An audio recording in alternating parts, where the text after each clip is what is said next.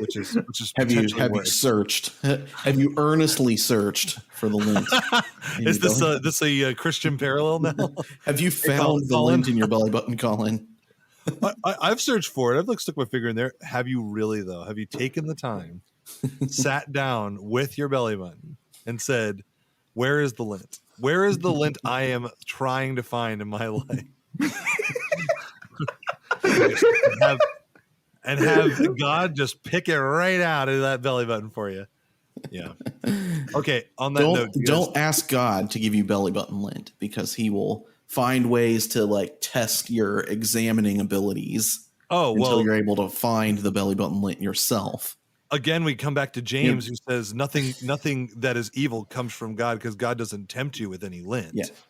Okay, so if you're tempted by the lint, it's the lint in your own belly button. Well, God finds the belly button lint for those who would look for the belly button lint themselves. Right. And it's going to hurt, but sometimes God needs to prune. It's a process. It's the pruning process, the linting process of your belly button. Yes. The linting process. All right, we've pushed that pretty far, so let's let us move on to the intro, sir. You ready? Sounds good. I'm Zach. I'm Colin. And I'm Bob. And welcome to the House Plants Podcast. Woo. Yeah, we're here to talk about music, media, and the mission of Jesus. Nice work, boys. Okay, so we're back again. Yo, back again. Another video. We could do like a YouTube intro. No. Let's certainly not. Like and subscribe. Smash that like button. I need to do like a dumb 5-second intro thing that where it's just what you say for every video. You'd be like, let's see, something now like, a word from our sponsors. It'll just be like, yo, welcome back to the channel, my lovely lovelies, and as always, stay fresh. All right, we're kicking in with another video. All right, enough of that. So we are on a roll here with these biblical figures. Wouldn't you say, boys? Oh yeah, I would call this a roll at this point. I would say that this is a very exciting series for us. We are full on a roll. Like we often do, we center on some form of theological discussion that is very narrow and has more of a in-depth kind of thing, and then other times we'll discuss music, movies, that kind of thing. Mm-hmm. This is kind of an interesting flip-flop, because the biblical figures that we have been talking about have led us to deep theological discussion. Oh yeah, in the surrounding of this biblical figure, or two. And so we'll be hitting that back up in a few minutes, but as always, we need to do a little worship first. Absolutely. Always occur. And I just have to say to Zach and to, I suppose, myself, that I felt that the music has been really great. It's really coming along lately. And I had the pleasure recently of playing alongside Zach at Lighthouse Church. Yeah. If you guys remember, Lighthouse is the church that Harvey Cozart is the pastor of and Zach is the worship leader of. And I had the pleasure of playing alongside my boy once more, and we got to play. It was Holy Spirit Fill Us, which you guys will know from one of the previous episodes. What an amazing song. Newer song's good, and you've got a new song. I'm not sure if it's ready for this episode yet or not, but it'll be on one of the last couple, so we can talk about it as if it is already on there, because it will be edited and posted much later. But right now it is not. But we will act like it is. Yeah. So there's a song that I'm about to finish up. Me and Zach have been working on, and it is called "Your Faith," and that'll be really, really fun for if you guys have heard that one already. Let us know if you like them. Let us know how the music is hitting you all these days. That one's coming along really good at this point. So by the time you all hear it, it'll be good. And then I'm excited to see what we come up with for this one. I've got a few that I've been working on writing. So I'm not going to say this because it may have been one of them, but we're working. I'm kind of been me and Zach together. Hopefully I'll get Zach more involved, but we're working on this Prague song. So hopefully it's on one of the newer ones. But yeah, all right. So without further ado, let us worship.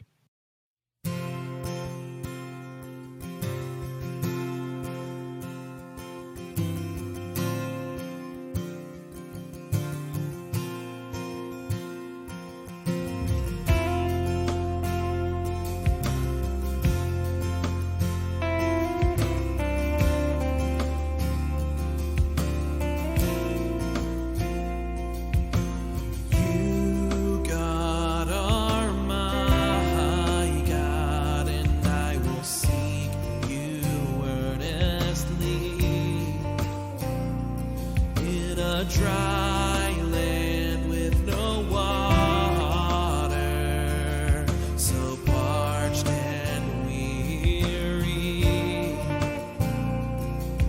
I'll thirst for you and long for you with my whole being. I have seen you in your sanctuary, beheld your power and your glory. Your love is better than life. So I will glorify and praise you as long as I live. I lift my hands because your love is better than life. Yeah.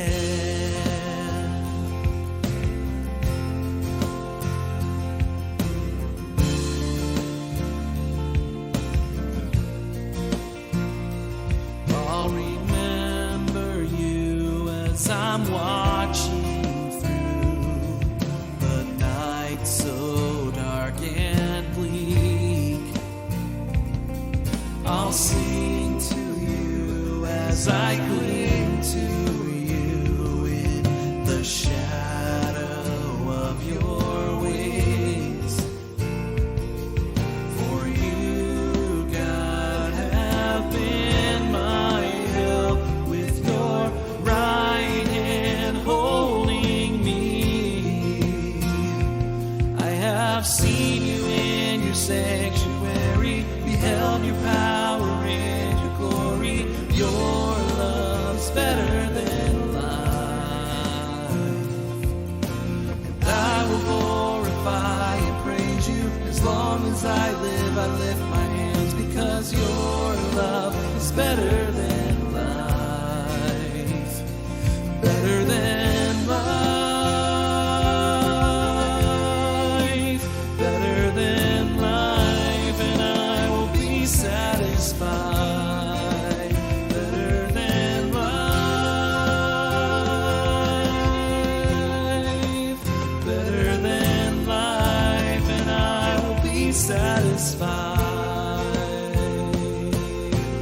Those who want to kill thee are destroyed, given to the slashing of their swords. But I will trust and glorify the Lord, who silences the lies with just one word. I have seen you in your sanctuary, beheld your power and your glory. Your love is better than life. And I will glorify and praise you as long as I live. I lift my hands because your love is better than life. Better than life. Better than life. And I will be satisfied. Better than life. Better than life. And I will be satisfied. Better than life.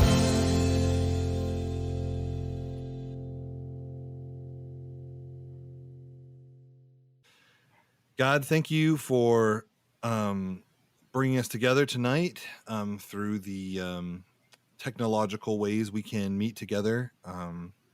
God, we thank you for your word. Thank you for all that you do, seen and unseen in our lives. God, I want to pray a special prayer of thanks for little baby Rose and for little baby Lucy. And just pray your blessings on those two cute little babies.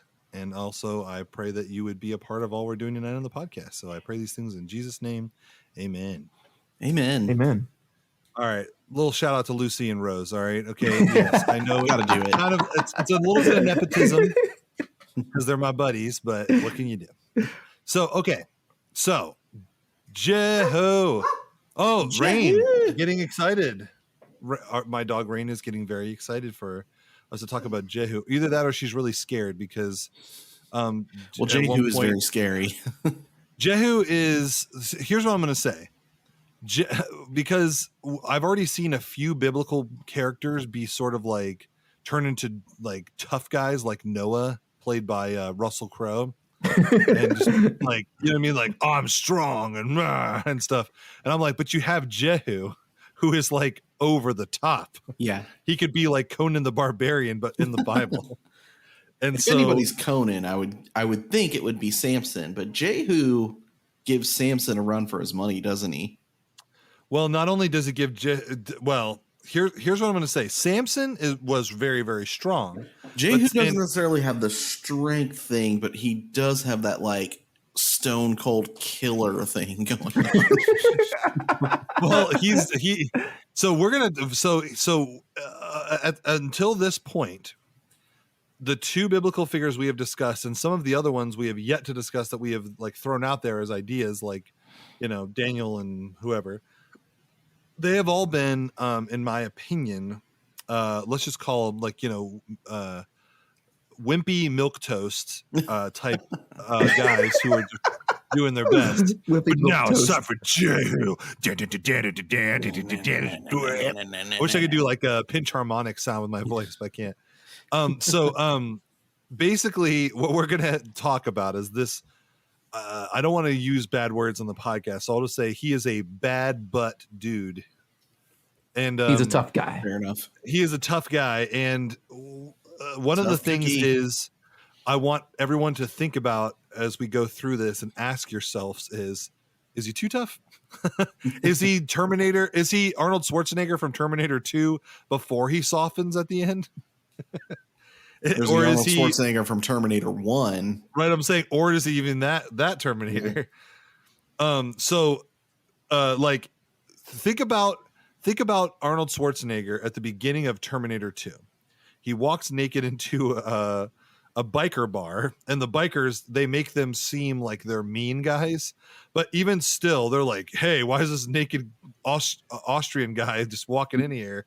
And then he just proceeds to like kill them and break their hands and throw them on like a hot burner in the back of the restaurant. Give them to me. And so at the time, you don't understand that he is actually on a somewhat righteous crusade to save John Connor. Yeah. But what you're watching him do is very gruesome. So in the same way, I don't agree with his tactics or his methods. Right. But I like very much what he's doing. So let me go through a few things. This is my episode. We had Melchizedek was kind of presented by Zach, and this one's kind of my baby. The Jehu one is. And so Bob, did you do Stephen? No, I did Naaman. Naaman. Yeah, that's right. Naaman. Sorry. We kind of all collectively did Stephen. Yeah, that's true. That's right. Okay, good. I was like, Bob did one too. I thought it was Stephen. I'm sorry. All right. So this is kind of my baby. And what's interesting is I was surprised at how brutal things get. Now, as opposed to the Melchizedek kind of implications on the grand story, the Stephen implications, the Naaman implications, this story doesn't hit as far as the big scale unless we really dig deep on like what the story means as opposed to like what he did. So we'll have to let's really pick it apart. So the two things I want you guys to try and think about and pay attention to is what God asks him to do, what and how he is asked, like the process of how he is asked, and then how he executes God's will, and ultimately is the way that he executed God's will different than what God wanted. So just keep that in your mind, because that's a question we'll have to answer at the end. All right. So who was Jehu? Who was he? So first thing you got to know about Jehu is that he is mostly talked about in 2 Kings 9 through 10. But we are going to start the story long before that 20 years before. Okay. During the ministry of Elijah, because Jehu is directly in relation to Jezebel and Ahab and that story. And so the story, like everyone who, even non-Christians, know the word Jezebel and know the implication of Jezebel being a word that both means a person from the Bible and also a hussy or something. Whatever the implication is in real world terms. Now, there is a reason why Jezebel is considered that, I think. As we read, you'll understand. But we don't have a lot of time. I want to focus more on Jehu because he is the one that is not focused on throughout this story, as opposed to Elijah, Elisha, and Jezebel and Ahab. So the first thing you got to know is that the story doesn't start in 2 Kings 9. It starts in 1 Kings 19. But before we get into any of that, I just want to give you some bullet points and some things about him. Okay. So he was, by the time of 2 Kings, he was a commander in Ahab's army. And so Ahab is, Ahab and Jezebel basically like took over Israel. And it all started with Jezebel and Ahab kind of like, this is going to be my general thing because I don't want to spend too much time on it because we have a lot of ground to cover with Jehu. But essentially, they took over Israel by like snatching up land and killing people, and then they just kind of settled in Jezreel and did a bunch of heinous stuff. Okay. So, if that's fair, if you guys want to add anything to that, you feel free to. But basically, this Jehu guy was not even a commander at the time when God tells Elijah about him. And so the first major thing that we need to establish is that there is a covenant that is fulfilled in 1st and then in 2 Kings and then all the way into Hosea. So in 3 different parts told about to Elijah. That's exactly right. So I want to have you guys read a little bit and then we'll kind of go through it. And I'll come back to the bullet points we have at the top. It just seems like a better way to like kind of reveal the story and then kind of reach the bullet points back. So who wants to read 1 Kings 19, starting in verse 15 that I have there in the notes? I can be the first reader for us if you want. Okay. Let's do it. All right. 1 Kings 19, starting in verse 15. And the Lord said to him, "Go, return on your way to the wilderness of Damascus." He's talking to Elijah right now. Yeah, the Lord is. Yes. "And when you arrive, you shall anoint Hazael to be king over Syria, and Jehu, the son of Nimshi, you shall anoint to be king over Israel. And Elisha, the son of Shaphat, of Abel Meholah, you shall anoint to be prophet in your place." So God is telling Elijah that Elisha will be the prophet that will come after him. Right. So all of these things that you guys know about what happens with Elijah and Elisha, those things do come to pass exactly as God ordains them to happen as he's telling them. So, sorry, go ahead. "And the one who escapes from the sword of Hazael shall put Jehu to death." And shall Jehu put to death. Shall Jehu put to death. Sorry. There you go. "And the one who escapes from the sword of Jehu shall Elisha put to death. Yet I will leave 7,000 in Israel, all the knees that have not bowed to Baal, and every mouth that has not kissed him." So do you remember that meme I sent you all about like literally half the people in Israel and Jehu's behind them? I'm not kidding. I am not kidding. Because God's literally saying like, "Oh, don't worry, I'll leave 7,000 left." It's the one with the Undertaker comes up behind the guy. Yeah. Yeah, you can just like every time I see that, I hear in my head that Undertaker bell. Bong.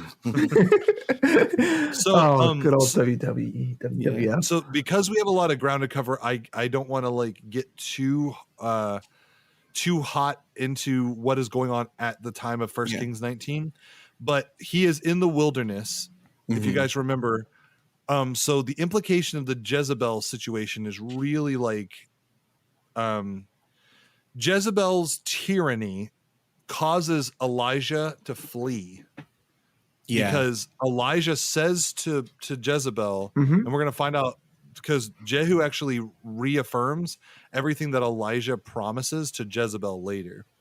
But Elijah's like, you're evil, and like hounds and dogs of hell are going to like come and eat you because of your evil. And then Jezebel's like, okay, I'm done with your lip. Somebody go kill him. And then he's just like, and he like runs.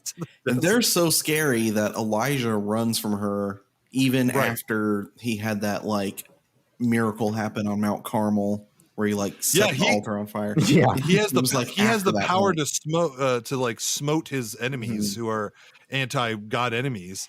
But Jezebel is very tyrannical, and Elijah, and this is one of the reasons I actually like Elijah as a character in the scriptures, because if you don't know much about Elijah but you hear a lot about him, you hear like the cliff notes of how he's great and strong and whatever, he's devout and everything, but the humanness of him running away is very like it hits me in a special way, because it means that even somebody as powerful and as devout and as connected to God as Elijah still has a human aspect to him, where absolutely.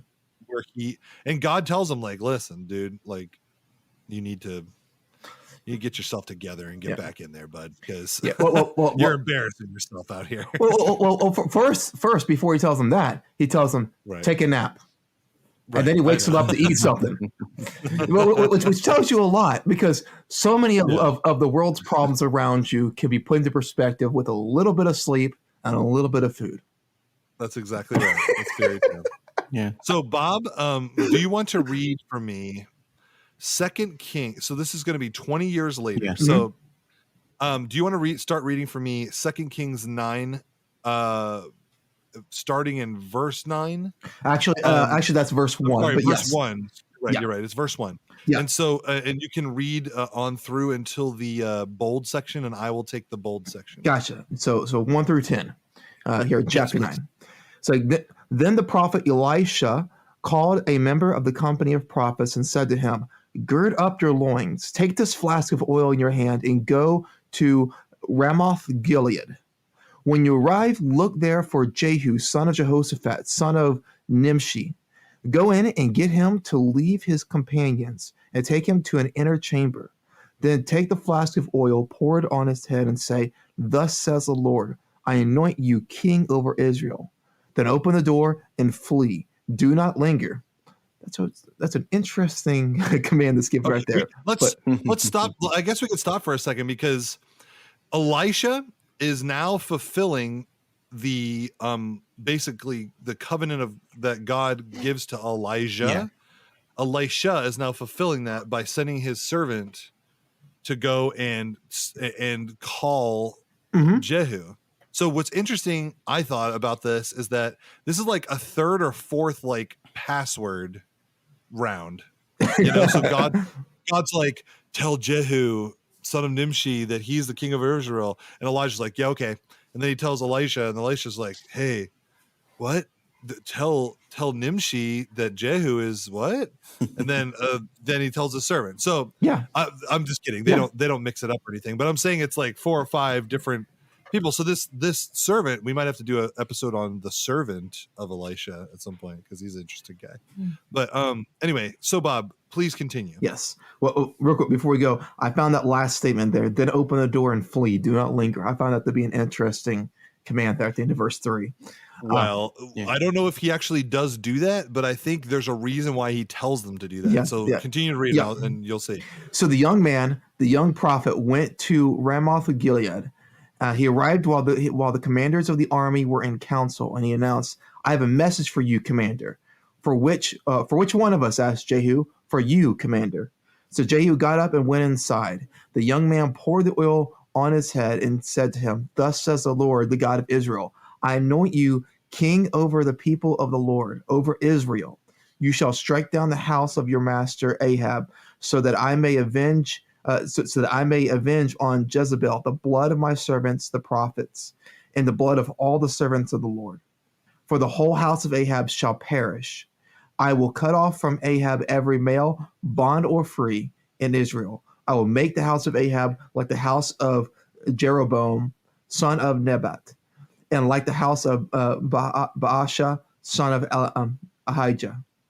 The dogs shall eat Jezebel in the territory of Jezreel, and no one shall bury her. Then he opened the door and fled. So what's so he fled. Don't shoot the messenger. Yeah, he does flee. But what I'm saying is there's a reason why he flees, and it's because. So I want everybody to think of this mental picture. You're the commander of the army over the nation. You've been entrusted by Ahab, and you've been received and been anointed as the new king over Israel. The position that Ahab currently has, and you're told to strike down the man who's trusted you to put you in charge. Yeah. And so what's interesting about that is that if that servant had stuck around, I wonder how many of the military dudes would have just beat the crap out of him or something like that. You know what I'm saying? Like, they'd be like, who's this loser? You know, like, oh, Jehu, let's beat him up. You know, like, because he's there hanging out with his other fellow like councilmen, like commander people. And so they are currently a part of the commander of the army of Ahab. And part of that, I believe, is, I think at this point, there's not a lot of like battle happening. I think that they have pretty much won everything. Like everybody else is like scared in Israel to do anything about this because the armies are, and I don't know. They don't give you many details about like Jehu, but I'm fairly certain Jehu is somewhat Israel born. I don't know. I'll have to maybe check that out on a different episode, but I think it would be speculation to know like what his lineage is. If I'm not mistaken, because it makes a comparison. It says that Ahab is going to be like Jeroboam. So what was happening historically was Jeroboam was this king that caused a revolt that split the northern kingdom from the southern kingdom. This was when it was after Solomon had passed, and Israel split into two kingdoms. So when it says Israel, it's talking about the northern kingdom. Then the southern kingdom is Judah, which has Jerusalem in it. But I think Jeroboam tried to go to war, like he tried to unite the north into Israel and go to war with Judah, but he lost. That's right. He lost really bad and was like decimated. So when it says like you're going to be like the house of Jeroboam, it's talking about this, battle that happened several years before this point. Right. So he's the son of Nimshi, but I think truthfully, Nimshi's actually his grandfather, but they say son. Yeah. But he's the actual son of Jehoshaphat. But for some reason, even though Jehoshaphat was actually a king,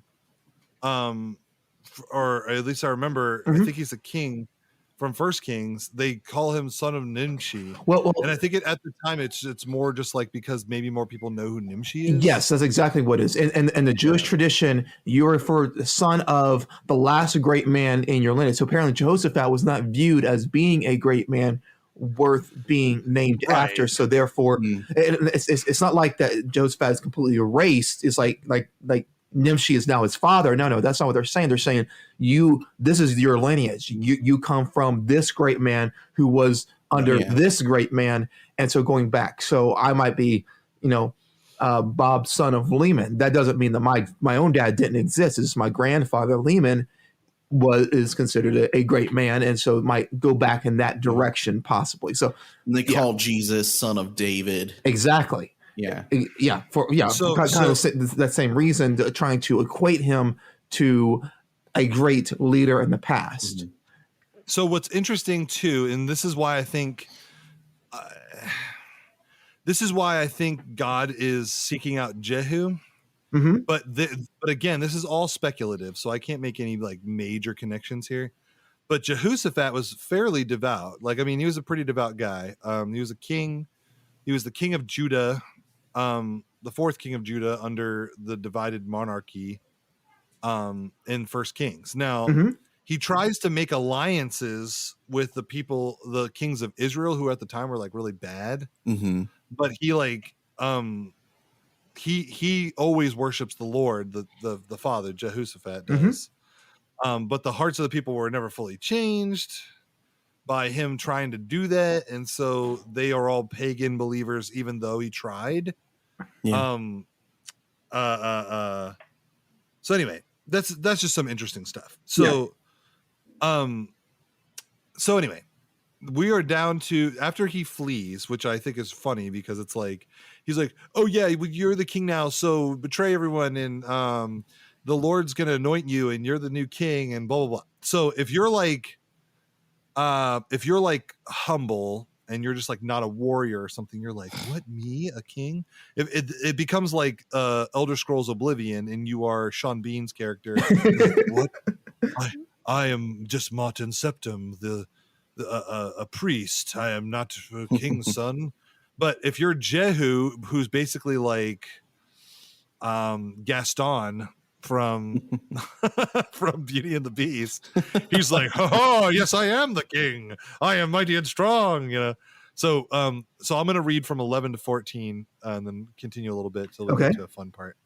So after he says all that stuff, after the servant of Elisha says all that, Jehu so it says in verse 11, starting in verse 11 of 2 Kings 9, it says, when Jehu came out to the servants of his master, they said to him, is all well? Which is funny because they're all like waiting to hear what this guy said. You go, why did this mad fellow come to you? Again, can you imagine it's Gaston and the mad fellow is Belle's dad? So Gaston, you're the new king. Get out of here, crazy old Maurice. So it says, why did this mad fellow come to you? And he said to them, you know the fellow and his talk, like as if he's trying to like agree with him a little bit. And they said, that is not true. Tell us now. Like as if he's trying to like be like, come on, he's just talking. He goes, thus and so he spoke to me. Basically being like, this is exactly what he said. Thus says the Lord, I anoint you king over Israel. Then in haste, every man of them took his garment and put it under him on the bar steps, and they blew the trumpet and proclaimed, Jehu is king. So he's got a lot of boys. He's like, these are my boys. They back me up. So if I'm king, they're going along with it, which is fun. So here is the thing I want to cover before we go any further, because we still have a lot to read. But the one thing I want to cover is that Jehu, I believe, and throughout the scriptures, it's very clear. He has this like natural or supernatural ability to convince people to join him, and call that like a charisma. superpower. Like he's literally like a paladin. He's got like the charisma of like 18 in the D&D stats. And so I'm trying to think. There's plenty of characters like from folklore and movies and stuff that emulate this guy, but he's already really respected because he's a commander, And so a big part of his thing is that he's already kind of like a tough dude. And now somebody's saying like, no, God has ordained you king. And I don't know if he is totally on board with the Lord until this point, because obviously he is serving in Ahab's army and they are a bunch of Baal believers and stuff, which will come into play later, because Jehu, I don't think was fully like, he wasn't fully like immersed in the Holy Spirit or anything. He just kind of is like taking direction from what he assumes is actually God, and it is, but like, imagine you're a guy who just hasn't ever really believed in God or anything, or at the very least, about God and all of that stuff, but you decided to serve Ahab and like the Baal worshipers. So now you're like, all right, cool, that's neat. So going on. So we are at the precipice of his brutality. Okay. So for everybody who wants to maybe turn a blind ear or eye to the next little bit, this is the brutal stuff we're about to talk about, where he goes on a red-blooded rampage across Israel and across parts of Judah. But mostly he centers around Jezreel, and Jezreel is a very important focal point for the story. And so again, I ask everybody who's listening, pay attention to the brutality and ask yourselves, is he going too far? Is he doing exactly what God has required him to do? Because all God knows is what Bob said, which is his servant said. That's all that Jehu knows is all that. I'm sorry. Yes, yeah. I'm sorry. I got mixed up. All that Jehu knows is, "Thus says the Lord, the God of Israel: I anoint you king over the people of the Lord over Israel, and you shall strike down the house of Ahab your master, so that I may avenge on Jezebel the blood of my servants, the prophets, and the blood of all the servants of the Lord. For the whole house of Ahab shall perish, and I will cut off from Ahab every male, bond or free, in Israel, and I will make the house of Ahab like a house of Jeroboam, the son of, and dogs shall eat Jezebel." So he gives him that. He just says, wipe every single one of Ahab's descendants out and make Jezebel die, and the dogs will eat her. And so then that's the message he gives them. And he's like, okay, that's what I'm gonna do then. And I got God backing me up. Thus saith the Lord, let's do this. So starting in verse 14, Zach, will you take 14 through 20? All right. The title of this is Jehu assassinates Joram and Ahaziah, or whatever name it is. He just goes on a rampage. Thus Jehu, the son of Jehoshaphat, the son of Nimshi, conspired against Joram. Now Joram, with all Israel, had been on guard at night at Ramoth Gilead against Hazael, king of Syria. But King Joram had returned to be healed in Jezreel of the wounds that the Syrians had given him, when he fought Hazael, king of Syria. So Jesus said, if this is your decision, or Jehu, sorry. Okay. So Jehu said, if this is your decision, then let no one slip out of the city to go and tell the news in Jezreel. Then Jehu mounted his chariots and went to Jezreel, for Joram lay there, and Ahaziah, king of Judah, had come down to visit Joram. Now the watchman... Oh, okay. Sorry, 1 second. Jezreel is like the focal point for all these... so they keep coming to Jezreel, and at this moment, Hazael, just as it was prophesied, was like fighting on behalf of like the Syrians and stuff. Yeah, but and leading the Syrians, but the Syrians were not able to get these guys, and so Jehu is like coming in just as it was proclaimed by God that this would happen. And so Jezreel is also the focal point later for Jezebel and for a bunch of other people. But currently, the one guy, Joram, I believe, is not doing well from the war. Like he got hurt by Hazael, and now he's like chilling out in Jezreel trying to recuperate. Sorry, go ahead, Zach, continue. Yeah, and also where they're at in Jezreel is becomes later a very famous valley, which we'll talk about later. But there's another name for Jezreel, and it's Megiddo, which you may have heard before. Yeah. So verse 17.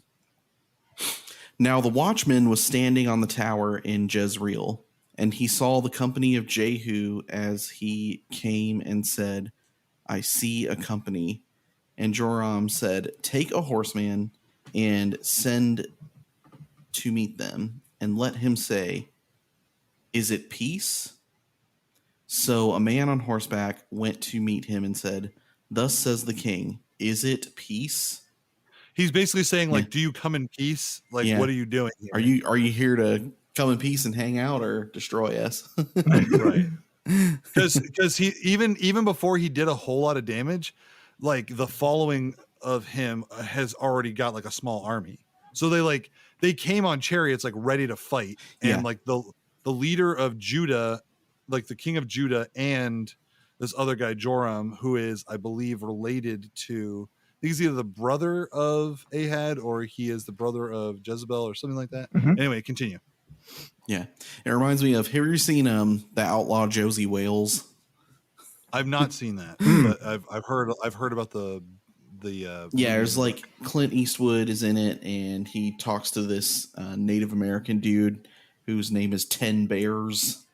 And then it's like, oh, are we gonna like go to war with like the cowboys here, or like, and then they like come out and it's like, will it be death or will it be peace? And 10 Bears says, it shall be peace. Oh, 10 Bears, you're such a softie. So Jehu's talking to 10 Bears here, the horseman. Yeah, that's right. This is how he responds to him. He says, and Jehu says, peace. This is Sparta. Kicks. Yeah, good. So many like BA movies that we could relate to this. But this is what Jehu says. He goes, "What do you have to do with peace? Turn around and ride behind me." And the watchman reported, saying, "The messenger reached them, but he is not coming back." Again, that magnetism. He just recruited the messenger. Oh, I guess I'm in this army now. Yeah, no, I'm not kidding. He did that. He was just like, what do you do? What do you have to do with peace?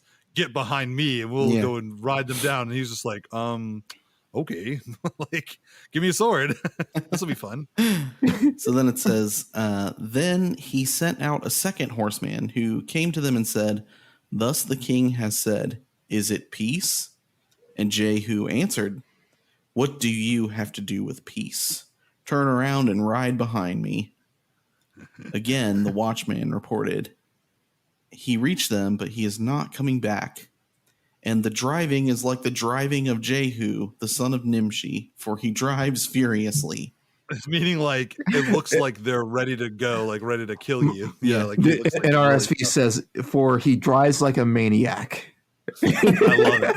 Already we've got this image of him, and he's just like, "No, like I am a killer. I'm coming to kill you." So he drives furiously, like he's from Ohio. That's exactly right.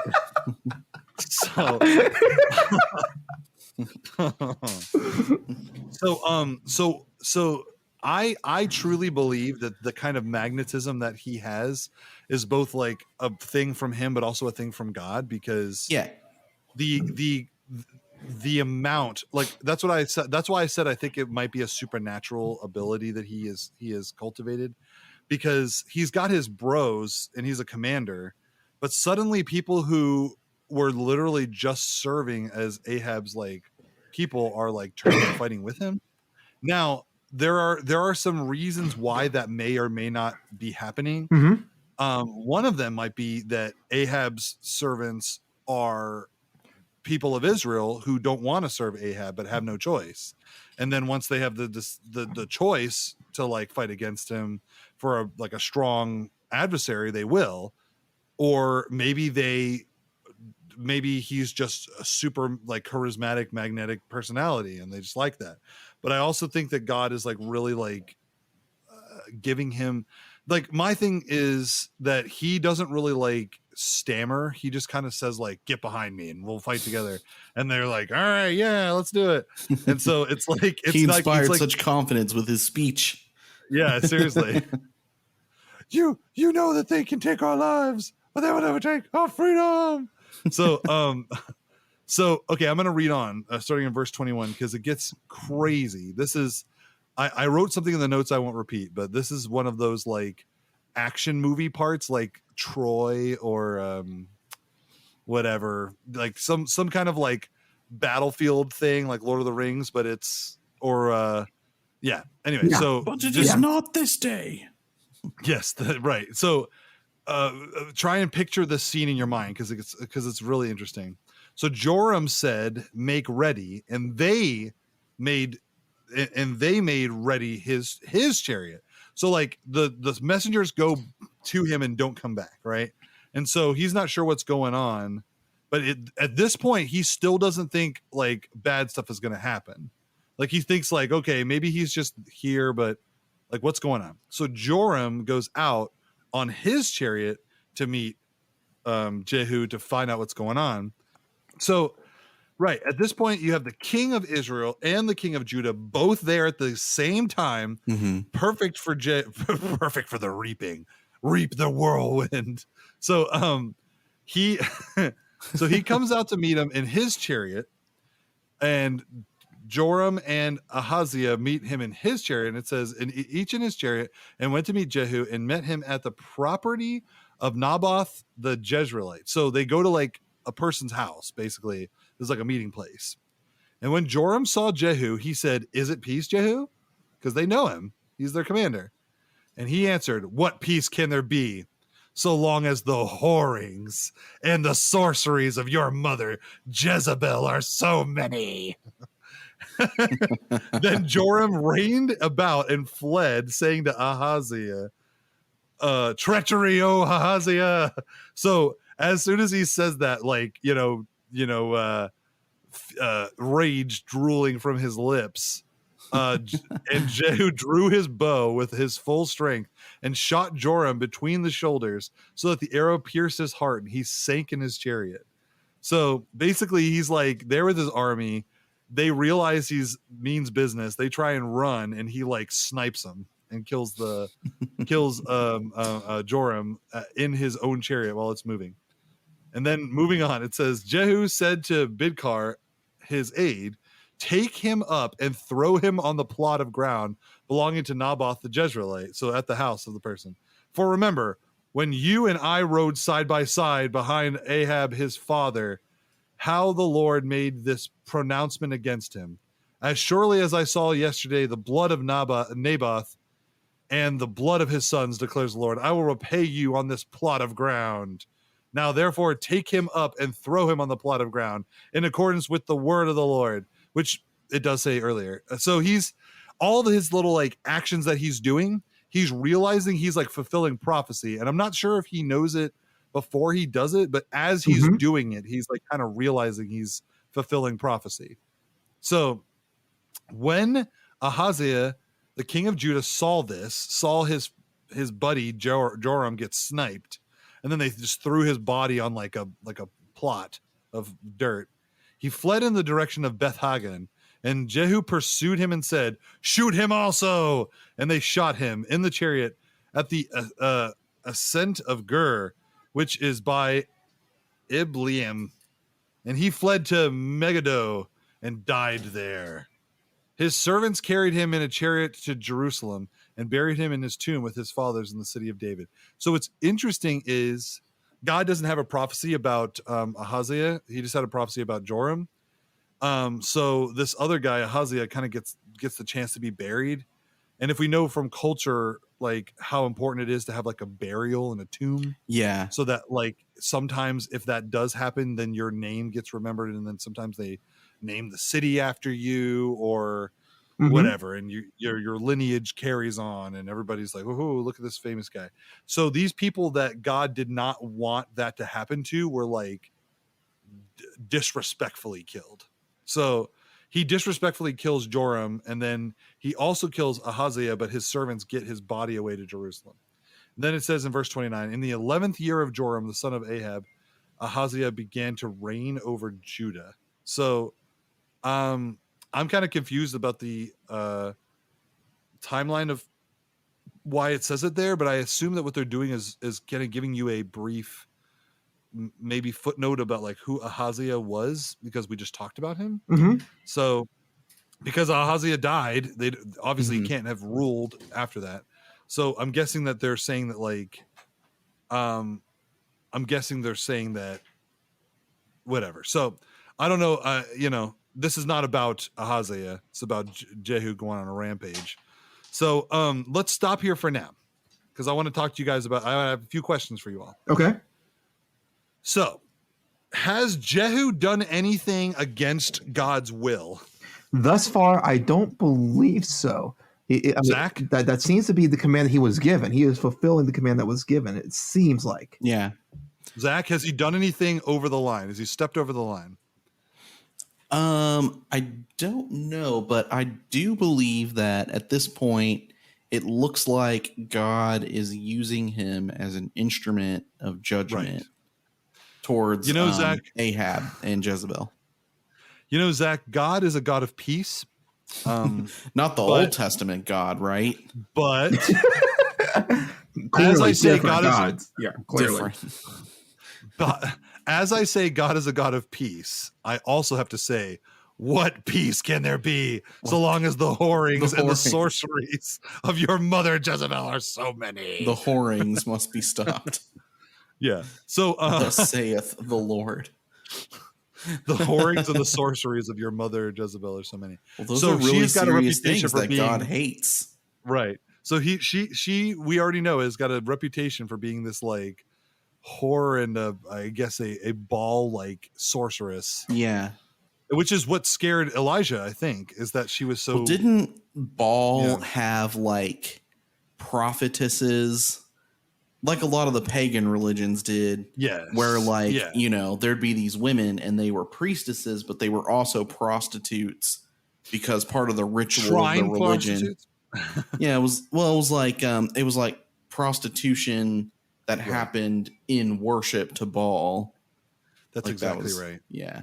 So so I want to keep us moving because I know we have a lot of ground to cover. So, Bob, why don't you hit us with verse 30 there, and we'll talk about Jezebel's extremely brutal and like over the top death.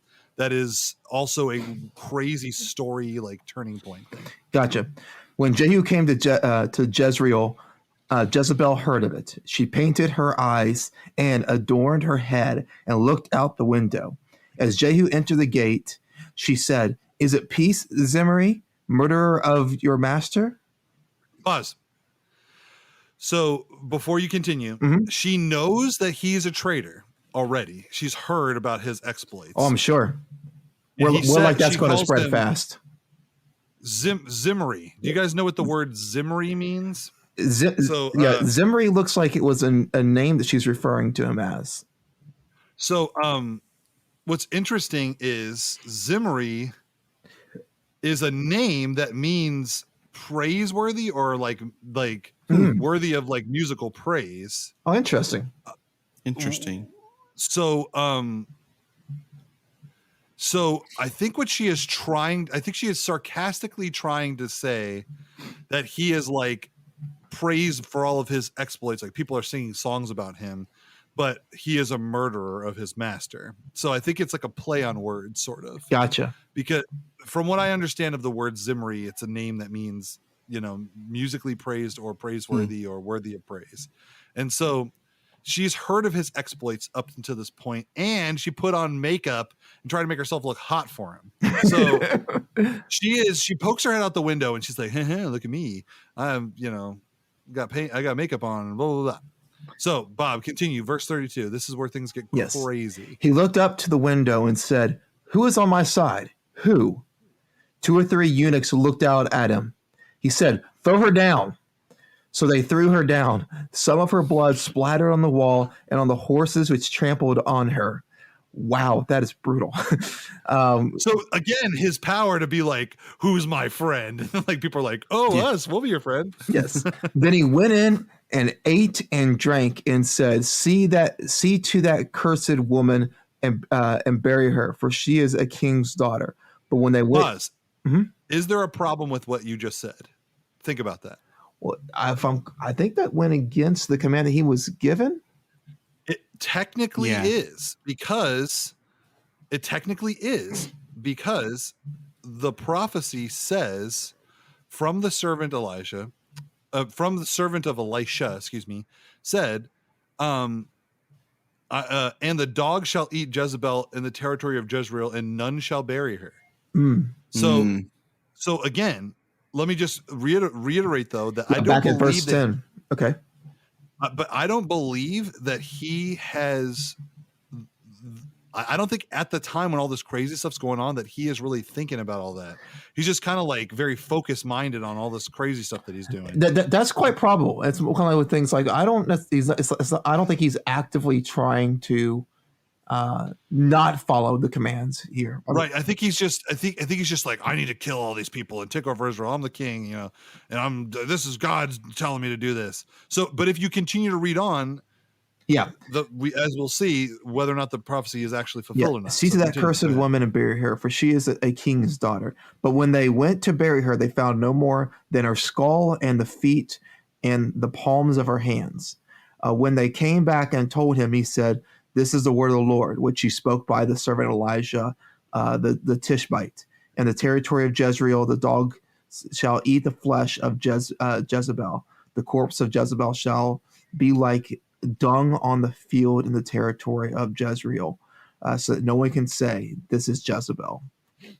So he is realizing that even beyond his own like abilities, that the prophecies are being fulfilled. That's why I believe that also the other thing where they threw his body on top of the because remember when he assassinates the guy, he shoots Joram. They just happen to have met in the exact city that was prophesied to be the city that he was to leave him on, because he says when he kills him, how the Lord had made this pronouncement against him: as surely as I saw you yesterday, the blood of Naboth and the blood of his sons, declares the Lord, I will repay you on this plot of ground. So Jehu, I think, is versed enough in the scriptures to understand what's happening. And I think as he's doing his crazy stuff, he is realizing that he is fulfilling prophecy that God has laid out. Whether or not he is actively trying to do that or not, it's happening as God had foretold it to happen. Sure. And as such, because Jezebel was eaten in that way, even though she was a king's daughter, and because she was so famous at that point, you would imagine if she did get buried that she would somehow have these like followers that would come along and be like, "Oh, she was like our leader," and somehow give her like a second wind of rebellion in Israel or something. And so by her getting swallowed up like that, like her memory is like erased from history, and except for the Bible, of course. But erased. Do you get what I'm trying? From existence. Erased from existence. So yeah, a young like teenage Jezebel is looking at a picture of herself right now and it's just disappeared. So so what's crazy about that, so I've highlighted these like crazy moments where like the story takes a crazy turn. Now let's look again. The eunuchs just are up there with her, like they're like hanging out with Jezebel, and she is like super tyrannical and evil and is like sorceress and also a whore, I guess, from a lot of aspects, as the Bible says it. And the people that are up there are eunuchs. So if you can imagine, she has servants that have been, you know what, and but they may or may eunuched, but they may or may not be servants of the Lord who are just put in a bad situation. So when Jehu says like, "Who is on my side?" Like he says, you know, like he says like 2 or 3 eunuchs that just pop their head out the window and obey his command. So it's like the more you read this, the more you listen to the story, the more you think that it's supernatural. I think like if she truly was that oppressive and tyrannical, that totally makes sense, because, you know, you can have people that are servants or like, you know, kind of in the administration that she's running or whatever, and they're not really believers in it. They're just kind of oppressed. But then it's like pretty easy to like push them over the edge to like do something crazy, like throw her out of her window. There's like a proverb or something that says, oppression makes a man go mad. You know, it's like it kind of drives you crazy. And so like that's, you know, where like probably some of this is coming from. They're waiting for somebody like Jehu to come along, probably, and like inspire them to like rise up. You're right, because Elijah was around 20 years before this, and Elijah was led away, and she had been doing crazy stuff ever since then. So this is like 20 plus years of tyranny. And so you know, this is when God usually shows up, is when times like this happen. And so you'll see that throughout the Old Testament all the way leading up to the gospel. You'll just see like bad armies come in and wipe out the people who are trying to turn people away from God, and then God's people are there, and then over time they start to believe in bad stuff again, and then they send another bad army. And so right now they're dealing with the I guess these are Sumerians of some form or fashion, but also I thought Jezebel and Ahab were somehow sort of Jew. I don't know. Anyway, we don't have They're part time of to the go into their northern kingdom. I Yeah. don't think they had been calling it like Samaria yet, because that's not until after the Babylonian captivity and all that, the Assyrian captivity, and then the Babylonian one. You will see in the next little thing. I'll go ahead and read this. I'm going to try and go quickly through this next little bit. Okay. There is important stuff in here, but I want to rush through because we don't have a lot of time. I don't want to finish out talking about some of the implications. So, okay, I'm going to read about Jehu and how he slaughters Ahab's descendants.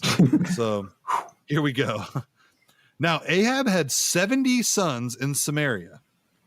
So Jehu wrote letters and sent them to Samaria, to the rulers of the city, to the elders, and to the guardians of the sons of Ahab.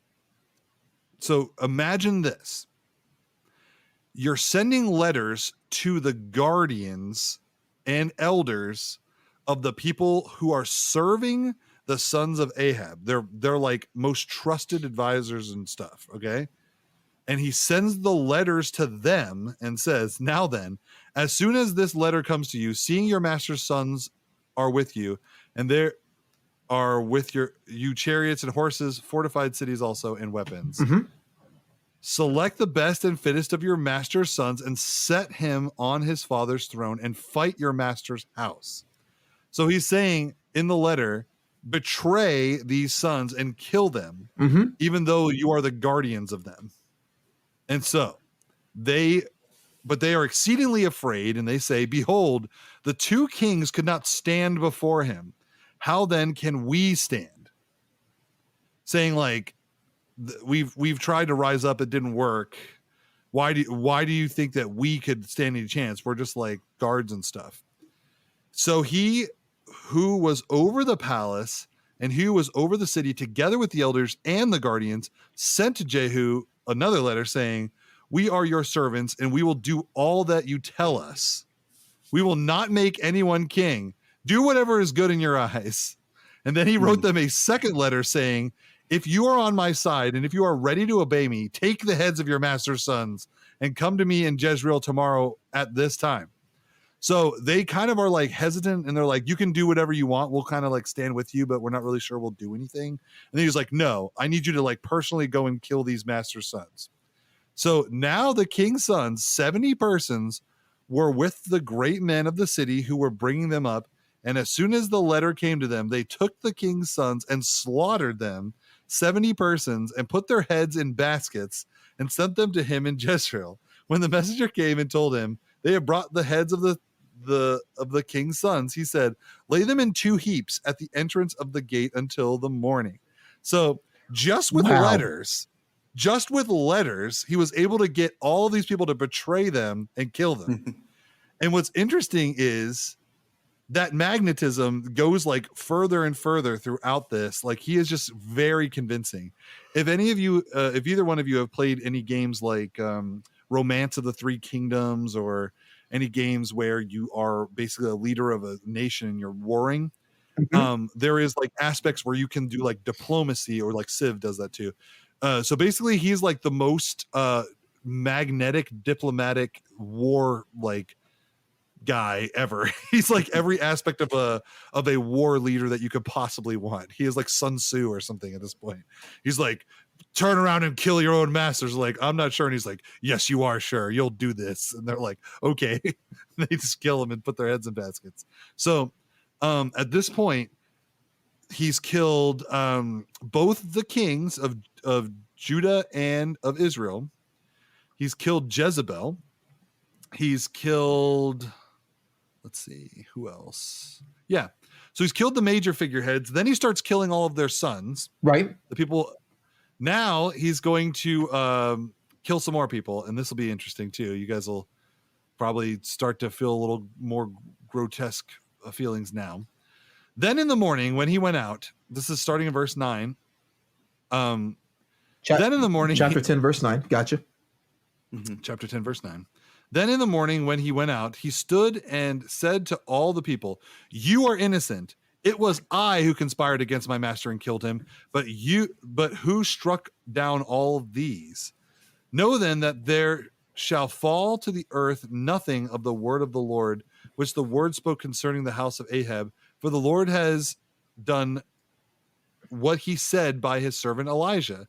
So Jehu struck down all who remained of the house of Ahab in Jezreel, all his great men and his close friends and his priests, until he left him none remaining. So what I think is interesting, if I'm understanding the story correctly, now you guys could correct me if I'm wrong, but I'm pretty sure he gets the masters and servants and guards to kill the sons.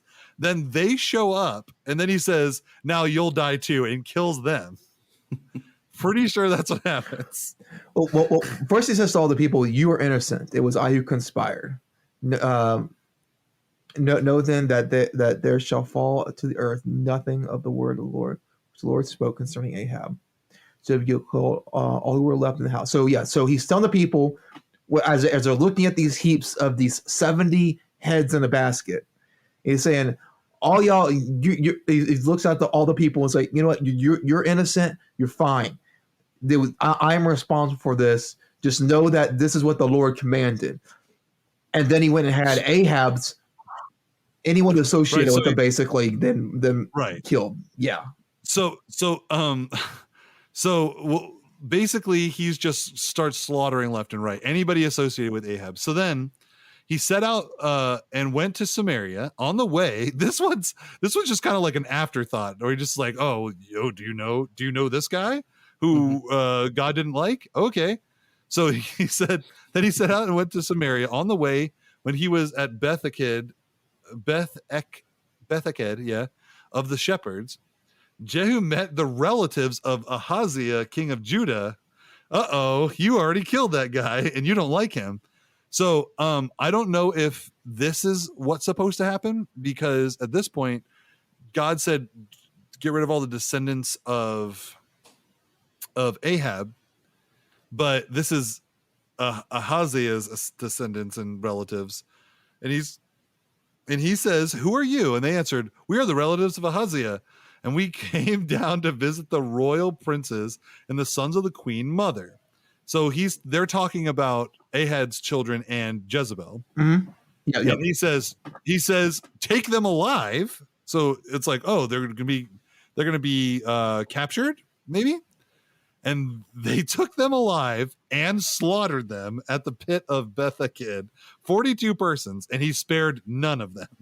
So we're like well over 100 Not or just more the people men, now. But the women and the children too. I hate them. They're animals. And I slaughtered them like animals.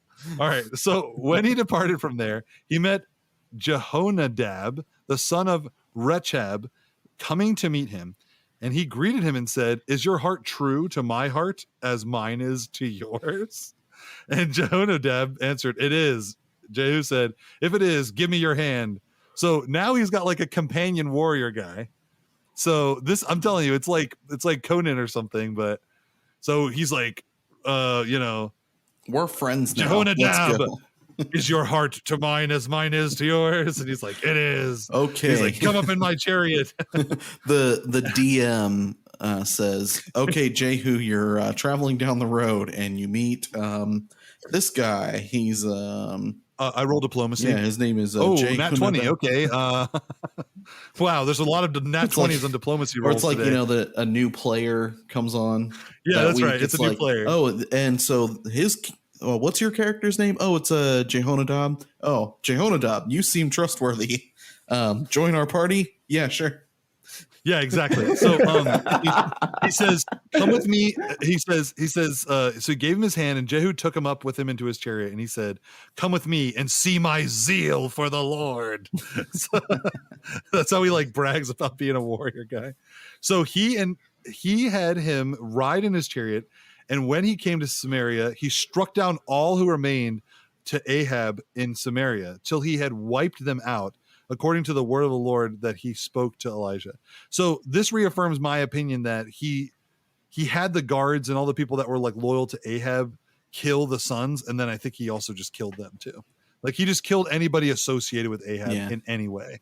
So I don't know if he discriminated or not. This is why the reason I'm bringing all this up is because later we're going to hear about Hosea and about how he was possibly judged for his deeds. So I'm just going to finish out real quick because, like I said, we're running out of time. Yeah. So Jehu strikes down okay, so here's a really dastardly thing that he does. Now, it's still for God because God told him to do it, but listen to this story. It is nuts. So then Jehu assembled all the people and said to them, so I guess he's still in Samaria. Yes. And the people of Baal, the believers of Baal are still there. So he's got like a lot of people up there in the north. And he says to them, Ahab served Baal a little, like he wasn't enough of a worshiper, but Jehu, speaking to himself in the third person, will serve him much. Now, therefore, call to me all the prophets of Baal, all his worshipers, and all his priests. Let none be missing, for I have a great sacrifice to offer to Baal. Whoever is missing shall not live. So he's saying, every Baal worshiper come right now because I have decided I am throwing in with Baal and I'm like a Baal worshiper. Now, how dumb do you have to be to believe that? Because he just killed everybody of Ahab's army. But here's the thing, though. Here's the thing. Until that point, he was sort of a Baal worshiper because he was fighting on behalf of Ahab. So maybe they don't know. For sure. Exactly. They know he's on a rampage, but they may not fully understand why. Maybe all it was him just trying to take over. Yeah. Right. Exactly. Which probably was not too uncommon. So anyway, he's saying to everyone in the city, get all the Baal worshipers. I love Baal now. You just wait till you see the sacrifice I'm going to do. Ahab was lame. He didn't even know what Baal worship looked like. And so he's like, I am the freaking, I am the Kenneth Copeland of Baal worship. Let's go. We're going to pack this stadium out. We're going to blow the wind of Baal. Blow the wind of Baal. So Jehu did it. We're gonna have a mega Baal conference. That's right. Yeah. So he says, and it says after he says all of that, it says the next sentence is, but Jehu did it with cunning in order to destroy the worshipers of Baal. Gee, no duh. And Jehu ordered, sanctify a solemn assembly for Baal. So he's using that kind of language to get them all to be like, oh, maybe he is. So they proclaimed it. And Jehu sent throughout all Israel, all the worshipers of Baal came, so that there was not one man left who did not come. And they entered the house of Baal, and the house of Baal was filled from one end to the other. And he said to him who was in charge of the wardrobe, bring out the vestments for all the worshipers of Baal. So he brought out the vestments for them. Then Jehu went into the house of Baal with Jehonadab, his bro, the son of Rechab. And he said to the worshipers of Baal, search and see that there is no servant of the Lord among you, but only the worshipers of Baal. See, this is important. I think that he is trying to do the right thing. He's blood drunk, like in the 300. But he still tries to make sure he doesn't kill any people who believe in the Lord. So he's just but only the worshipers of Baal. Then they went in to offer sacrifices and burnt offerings. So he's locked them in this big chamber and they're all doing this crazy Baal worship assembly. Now Jehu had stationed 80 men outside and said, the man who allows any of those whom I give into your hands to escape shall forfeit his life. So he's saying, if you let any of these guys escape, I will kill you myself. And so the point of this was that he was brutal to the Baal worshipers, brutal to his own men, brutal to anybody associated with people that God said were bad. Because he's like, who are you? Oh, we're just relatives of the Ahaziah guy. And he's like, take them. He kills them all. So he is even saying to his own men, if you let any of these guys escape, you will forfeit your own life. So as soon as he had made an end of offering the burnt offering, Jehu said to the guard and to the officers, go in and strike them down. Let no man escape. So when they put them to the sword, the guard and the officers cast them down and went into the inner room of the house of Baal. And they brought out the pillar that was in the house of Baal and burnt it. And they demolished the pillar of Baal and demolished the house of Baal and made it a latrine to this day. A lot of toilet humor in this story. A latrine. Yeah, Jezebel will be the droppings of dogs all over Jezreel. So no one will know she is Jezebel. I'm telling you, man, he's just a cold, like BA guy, dude. He's just like, none shall live if one of them escapes. He's literally Darth Vader at this point.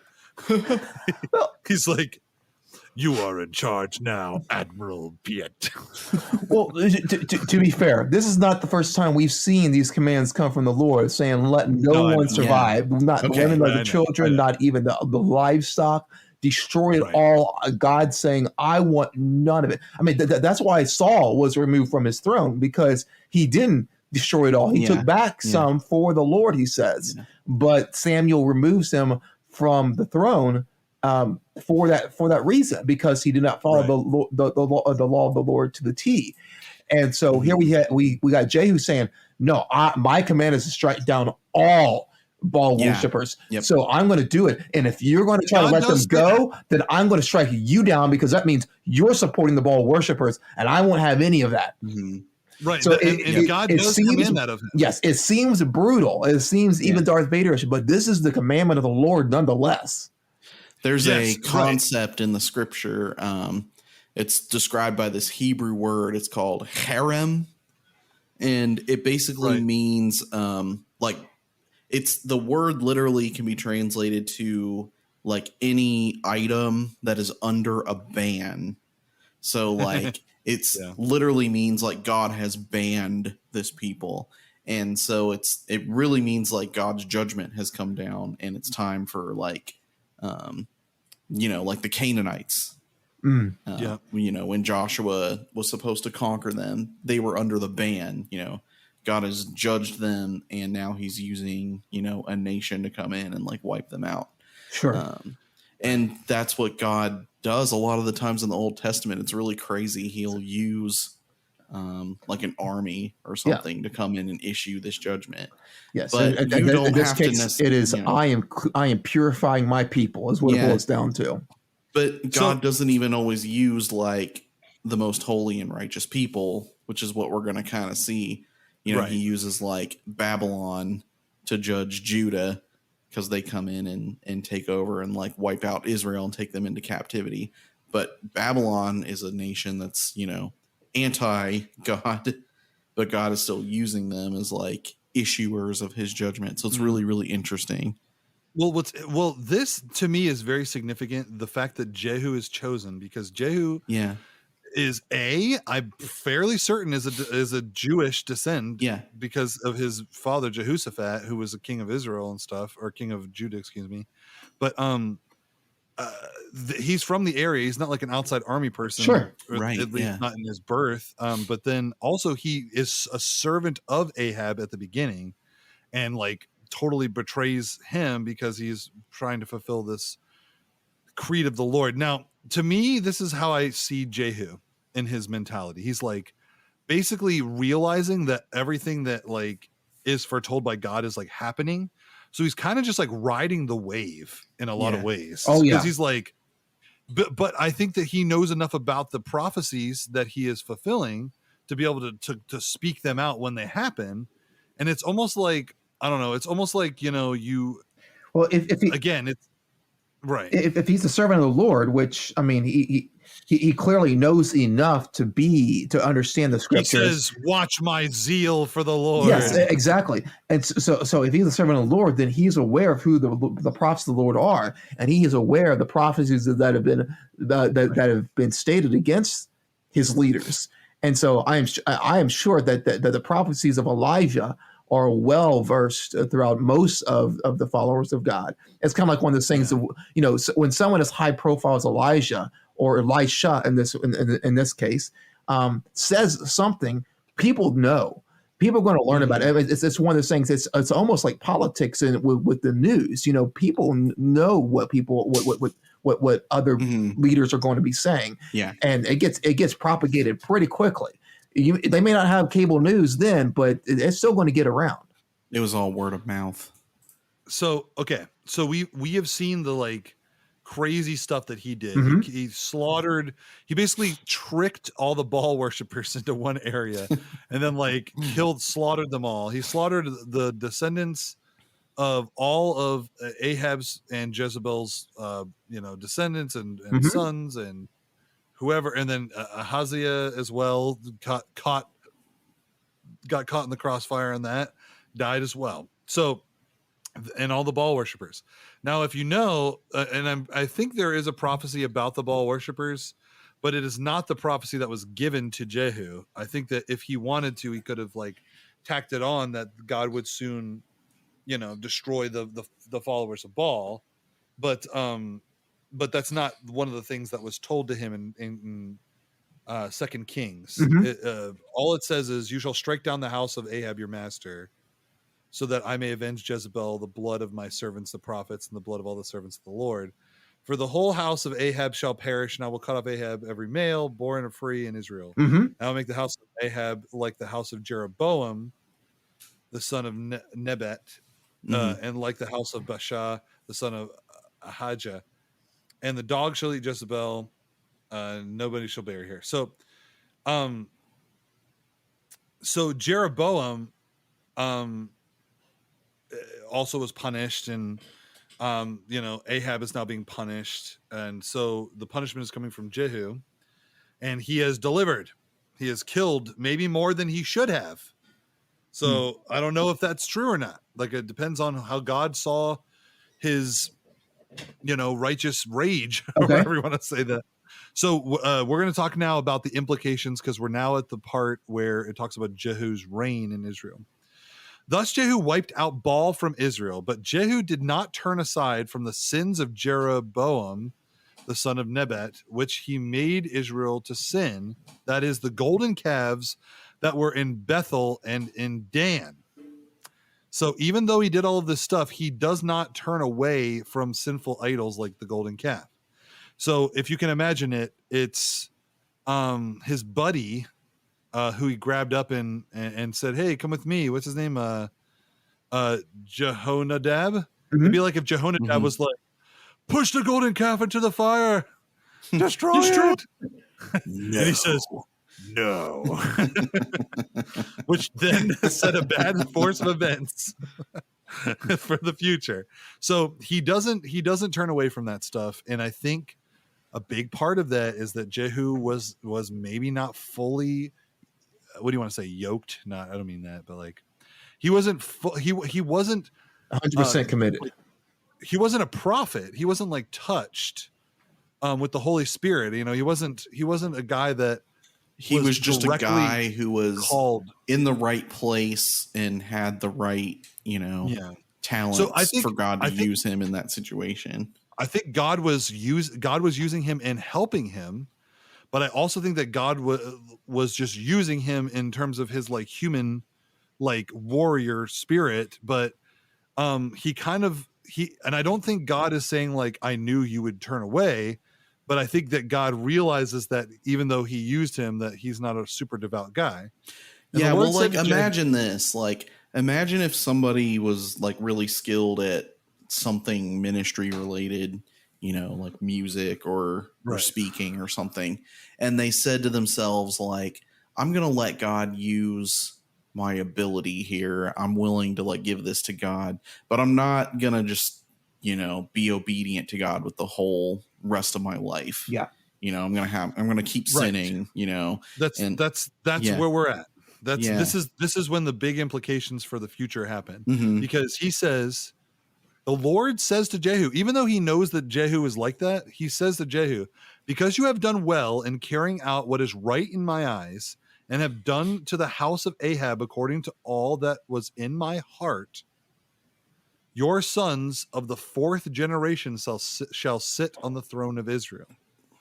But Jehu was not careful to walk in the law of the Lord and the God of Israel with all of his heart.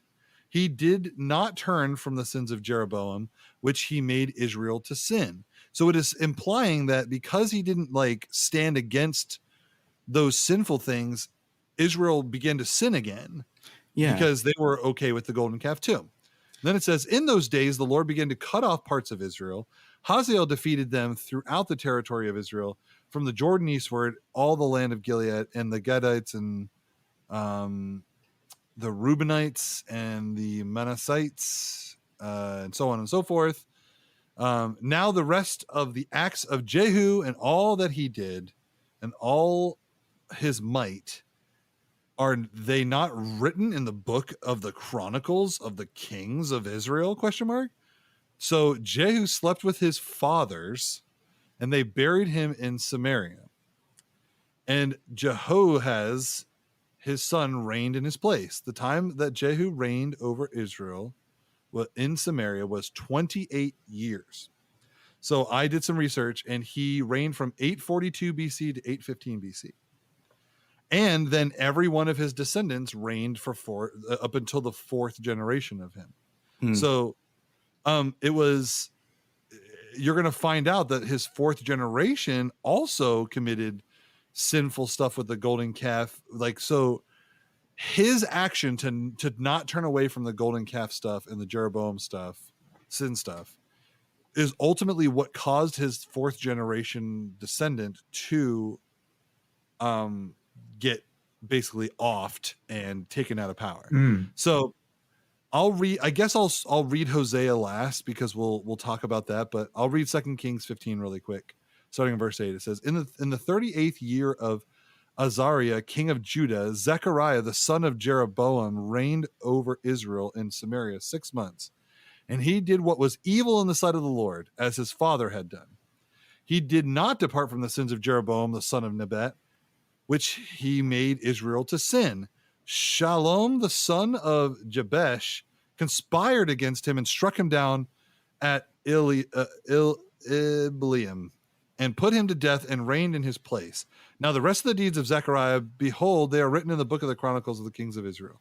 This was the promise of the Lord that he gave to Jehu. Your son shall sit on the throne of Israel to the fourth generation. And so it came to pass. So what's interesting is Zechariah is the fourth and final generation of of sitting on the throne of Israel. And again, he was just as bad with worshiping bad stuff as Jehu, and Jehu's son was just as bad. And it's then like a generational sin at this point. That's exactly right. Yeah. And what's interesting is that God lets his four generations of his descendants rule, but he knows that's coming. But he does give that to him because of his obedience. So I'm really torn on where we're at with that. But it does say this is the final nail in the coffin for Jehu, because it talks about this, and this is like an implication about maybe Jehu being used, but also Jehu sort of what he was used for. His actions might have still been very sinful, but I don't know. So let's see what Hosea 1 starting verse 4 says. And the Lord said to him, call his name Jezreel. We know that city now. For in just a little while I will punish the house of Jehu for the blood of Jezreel, and I will put an end to the kingdom of the house of Israel. And on that day I will break the bow of Israel in the valley of Jezreel. And so what I believe is going on with this is that he had commanded Jehu to do his thing, which he did, and he awards him. But maybe he was too brutal. Yeah. Blood of Jezreel. Yeah. And also maybe because Jehu's descendants are not doing what they're supposed to be doing, they're going to end that line, that lineage, because of that. Colin, is so this is talking about one of the names for one of his sons, right? Hosea's one of Hosea's sons, children, and yes, because that was the thing that prophets would do, is they would, and like because you see Isaiah do this too. Right, they'll name their sons certain names, and will mean something. I kind of have some thoughts on this now that I'm kind of seeing the whole context. I thought you would. So if you know the story of Hosea, God calls him to be married to a prostitute, right? And to have children would not be good. Like, it would be bad children. Yes. And it's both somewhat allegorical and it's legit. It legitimately happened, but God does it to demonstrate what his relationship with Israel is like, right? Right. Because Israel, even though they're supposed to be basically God's bride on earth, they've been like an unfaithful wife, and God still loves them. But their sin is so bad, it's like being a whore behind your husband's back. Yes. That's how bad Israel is. And so I'm kind of thinking that like all these names for these kids, one of them being Jezreel, it would be like us, naming a kid like Gettysburg or, Auschwitz or something. Yeah. Just name them after just like a terrible Atrocity. Bloody atrocity or bloody battle. To kind of show like how we've gone astray. And so it's interesting to parallel there Jehu with Israel itself, because Jehu did what God commanded and took action. Jehu was like being led by God, but then also would not give up sin and fell into idolatry. And that's exactly what Israel did. God had a plan for Israel to be like this nation, like a city on a hill, as the Bible describes it. And Israel has gone astray, even though like at one point they were following God's will. They also wanted to do their own thing. And we see this like over and over and over again. It's a pattern of sin that can't be broken until Jesus comes. And so I think that's what Hosea is kind of trying to teach us about, and he's bringing up this story of Jezreel to say like, you Israel, even though you fought for God, there's still blood on your hands because you are still sinful. Yeah. And I think that's the ultimate implication. I'm glad that you brought that up. There's a final kind of like lesson. There's like two big questions I want to ask, and then we should probably wrap up, because this was a long story. And I know the episode's going to go kind of long this time, but, going to what you said, Zach, about not being obedient in your life, but kind of like doing what God asks you to do. Yeah. So Jehu is a prime example of that. But the rippling effects of him not turning away from sin affects Israel to its core, which is because he is the king of Israel. Right. And then his son, and then his son's son, and then his son's son, all the way down, they all continue to worship like golden calf idols and sin and stuff. And so if you are Israel and you are happy that Jezebel and Ahab have been thwarted or whatever, you got to be like, oh, that's great. That's awesome. But then again, Jehu, once he's on the throne, there's no golden age, because once he's on the throne, he just kind of resorts back to the old sin stuff. So, are the worshipers of Baal gone? Yes, they are, but you still have the golden calf, and the golden calf is sort of like its own thing. And you're just kind of replacing one false god with another. Right. And so I wonder, this is a stretch. But I wonder if the blood of Jezreel, as it says in Hosea, is sort of like wasted blood, like as if he killed all those people, but it still didn't make a difference. In terms of like the long game, so it's definitely something to think about.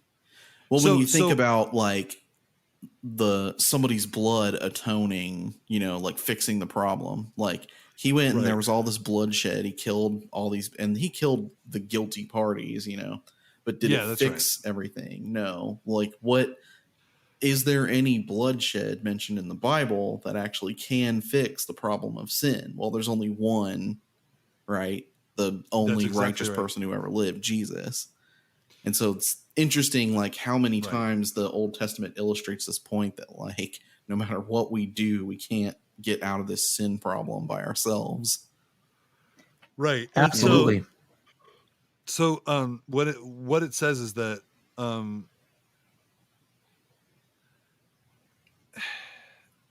Jehu was not careful to walk in the law of the Lord, the God of Israel, with all his heart. And then it says, so it says this about his descendants too, but it says, when they did not turn away from the sins of Jeroboam, which made Israel to sin. Yeah. So I think that the point is, it's like, yeah, you stop them, but now you're making Israel sin again because you're the leader and you're cool with all of this stuff. Whereas there are other leaders who fought very hard to sort of eradicate sin. And I read this thing online in one of the articles about Jehu, that had he continued to be this like upright person who would stand against sin, had he continued to be that person and just continued on, he might have completely eradicated any kind of idol worship, like throughout Israel completely. The reason it springs back up is because of him, like because of him not standing against it. But he wipes out every worshiper of Baal. Think about that. So if every worshiper of Baal is gone and there's no other worshipers except for people who are loyal to God, and then you are like, okay, they're all gone, but I'm going to worship a golden calf, then you are the problem. You know what I'm saying? It's like, that's what I'm saying. Right. So, ultimately that's what tears things down. And I want to say this last thing, which is a, you know, we always talk about like the grand message implication.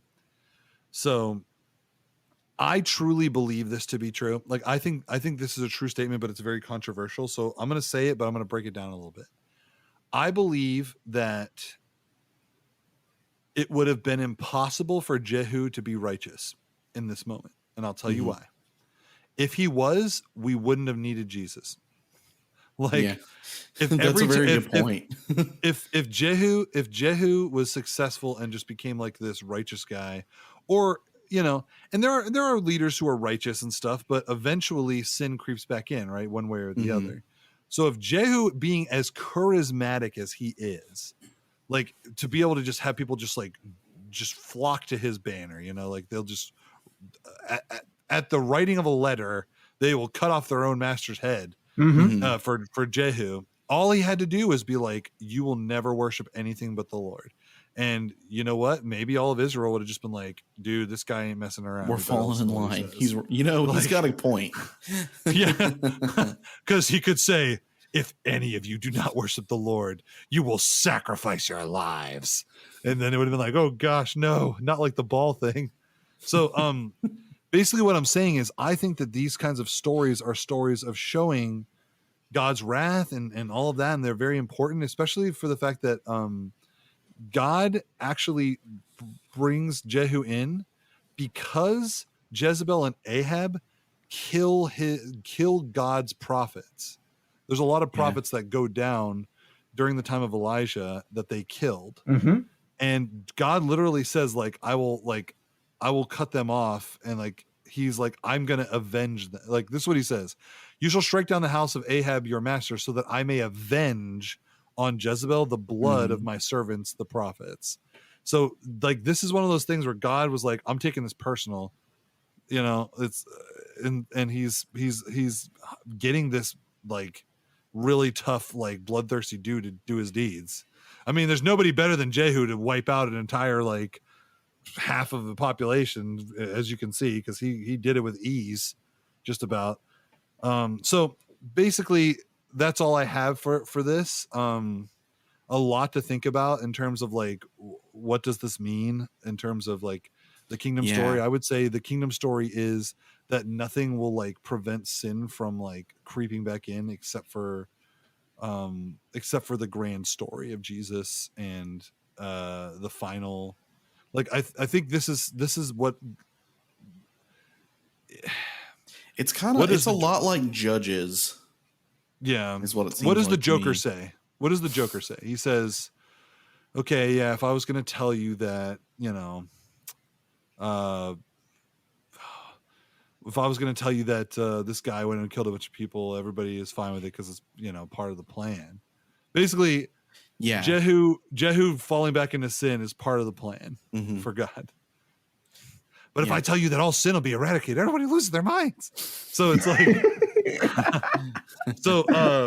so that's my take on it, is that Jehu did what God wanted him to do, but Jehu also, in a way, fulfilled another prophecy for down the road, which was that sin will prevail until God's work is finished. Yes. There's only one like perfect blood that covers all that. That's right. Yeah. All right, boys, what'd you think of this brutal tale? Yeah. It was action-packed. It was wild. It's action-packed. Absolutely wild. Can you believe that this guy does not get more attention in movies? I mean, I'm just thinking to myself, like, if you want an action star, don't take Noah.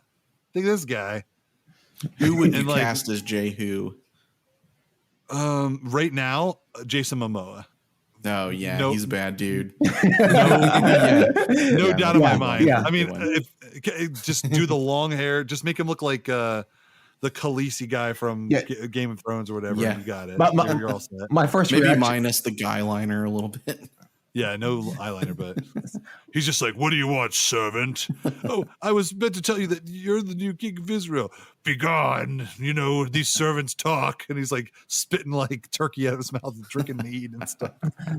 My initial reaction wasn't Jason Momoa, but more like the Liam Neeson. But Liam Neeson is too chill.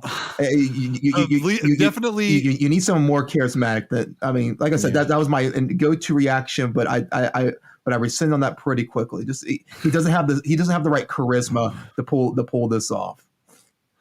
Definitely need somebody who can do like a mean mug and do like a yelling face. You know, you could probably have done like Mel Gibson back in the day, maybe. But yeah. So anyway, all right. It was a lot of fun covering Jehu. He's got a lot. I'm sorry it took us so long to get through all of the scripture, but all of his exploits just kind of add to the brutalness. So I didn't want to leave anything out. And then, you know, of course, because of all the brutalness, maybe or maybe not, that was the question I wanted to ask the audience is, did he go too far? Did he not go far enough?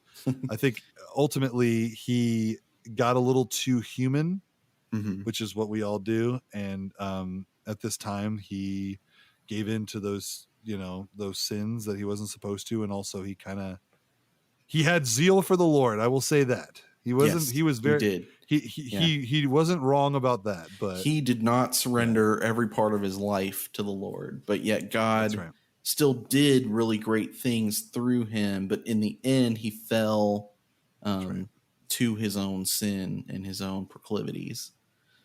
So it's interesting the way that the kingdom works like that, because God uses people, but that doesn't necessarily mean that you're completely right with God. So absolutely. You need Jesus to cover you. So yes, we do. Yep. So all right, guys, thank you so much for listening. Sorry this one went a little bit longer than normal. We appreciate you guys checking us out on you know, all the places you get your podcast. Check us out on Patreon as well. Check out our gaming live stream series. We got to get episode 2 and 3 up. I'll work on that soon. Awesome. Yeah. But thank you for listening, and we will catch you next time. Peace. Or is it peace? How can there be peace? How could there be peace? When your mother whorings and sorceries. All right.